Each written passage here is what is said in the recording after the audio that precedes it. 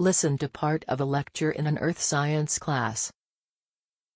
When we talk about mineral formations found in caves, we often refer to stalactites and stalagmites.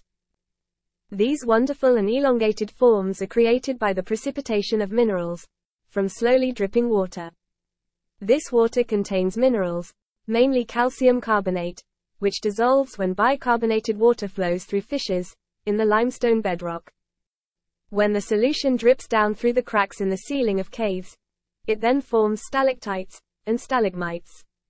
Stalactites hang from the ceiling of a cave and are produced by mineral deposits that have precipitated from water dripping through the cave ceiling, so they mostly have pointed tips.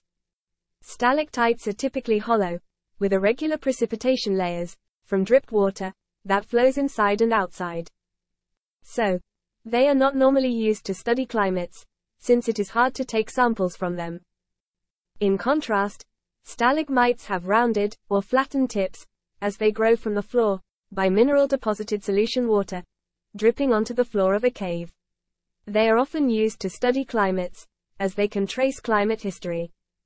The regular stratifications and the thickness of the layer of calcite can indicate how much rainfall there was in the region at the time the stalagmite was formed. Generally, light calcium is more likely to be confined in minerals before getting through the cave. Heavy rainfall allows greater amounts of light calcium to reach the cave, which then accumulates in stalagmites.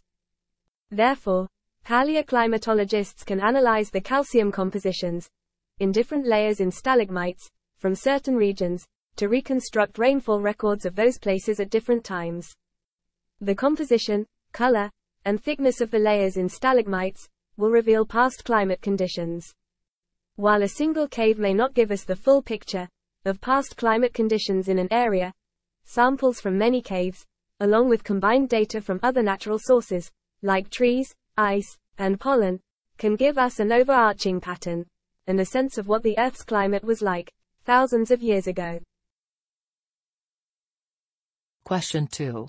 What is true about the characteristics of stalagmites?